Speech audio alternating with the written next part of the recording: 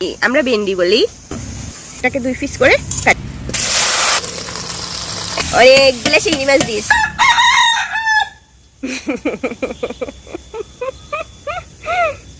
দেখছেন খাই ডাক দেশ, সারাদিন শুধু ডাক দেয়। রান্নার জন্য অনেকগুলো চিংড়ি মাছ পরিষ্কার করে নিয়েছি। তারপর পেঁয়াজ, রসুন, কাঁচামরিচ, টমেটো এগুলো পানি দিয়ে ভিজাইছি, কাটবো।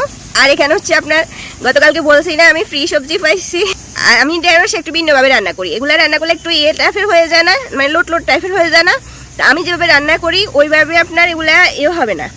কীভাবে রান্না করবো দেখাই। আমি সবসময় বাবার জন্য এইভাবে এই ঢেঁড়স রান্না করতাম, উনি এইভাবে খান, মানে আর লোট হয় না আর কি। এই যে মনে করেন এটা আগা মাথা ফালামো, এই যে মাঝখানে এখন কাটি কাটি 2 পিস করে করে সবগুলো নিব।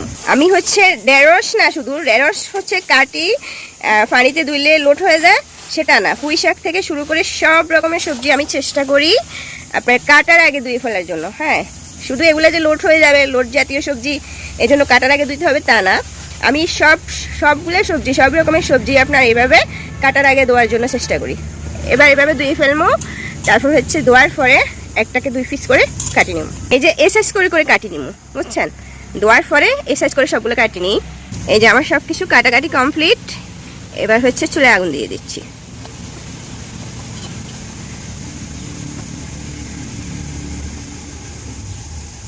দুধ লবণ দিয়ে মাখাইতেছি আগে, এগুলো একটু ভাজি করে নিব। হ্যাঁ, তাহলে রান্না করলে আপনার খাইতে ভালো লাগবে, মানে লোট লোট হবে না। আমি সবসময় এভাবে রান্না করি।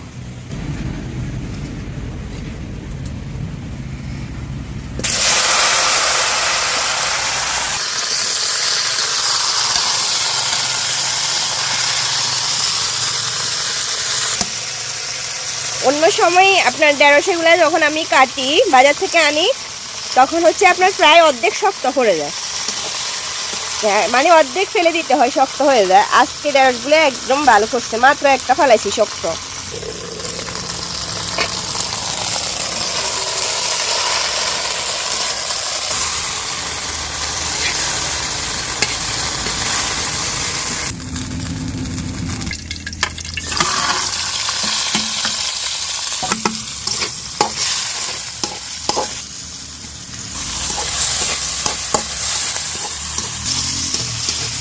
পেঁয়াজের দাম নাকি কমে গেছে, এই জন্য আজকে পেঁয়াজ বেশি দিচ্ছি, বুঝছেন?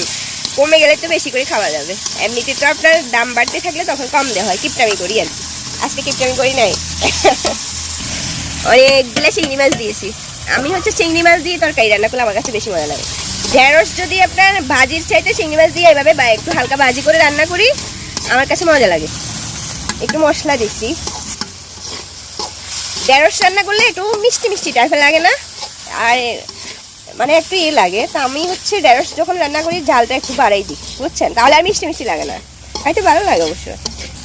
একটু পানি দিই, মশলা কষাই।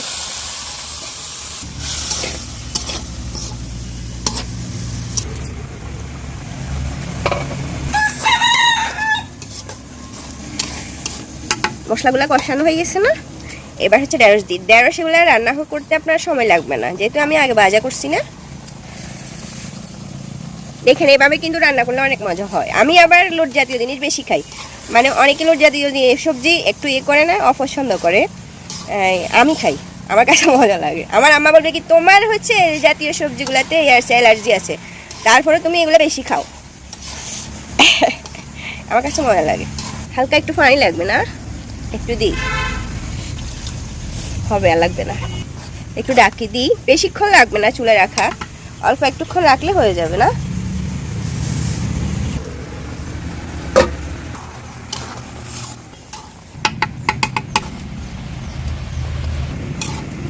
ঢেঁড়সের চাইতে চিংড়ি মাছের পরিমাণটা বেশি না। চিংড়ি মাছ দিলে আমার কাছে যে কোনো সবজি মজা লাগে। সুন্দর হয়েছে না? আর খাইতে মজা হবে। এইভাবে দেখবেন আপনার ঢেঁড়স যদি আগে একটু ভাজি করে অথবা টালি যদি রান্না করেন, মানে অনেক সময় খোলায় টালি আমরা রান্না করি, ওইভাবেও মজা আছে। আজকে তো আমি ভাজি করে রান্না করছি, মানে দেখতে যেরকম সুন্দর, আবার লোটও হয় না, একটুও লোট বাইর হয় না, বুঝছেন? আমি ওই যে ভাজি করে রান্না করছি, এই জন্য খাইতে ভালো লাগবে।